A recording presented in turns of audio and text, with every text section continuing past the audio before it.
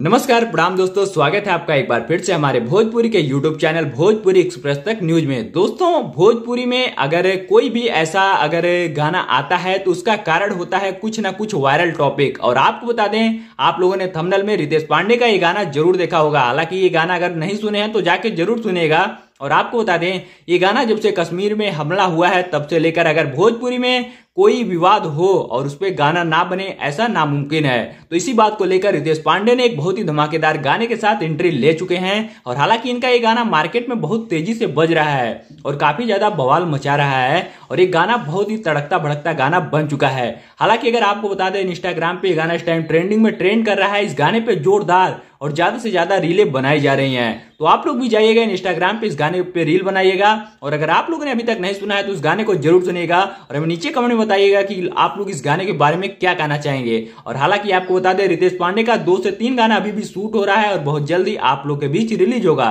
तो आप लोग क्या कहना चाहेंगे रितेश पांडे के गाने के बारे में? आप लोगों को रितेश पांडे का गाना कैसा लगता है? तो चलिए इस वीडियो को लास्ट करते हैं और आप लोग हमें नीचे कमेंट में बताइएगा कि हमारी वीडियो आपको कैसी लगी। और चैनल पे पहली बार आए हैं तो लाइक, सब्सक्राइब, शेयर जरूर कर दीजिएगा।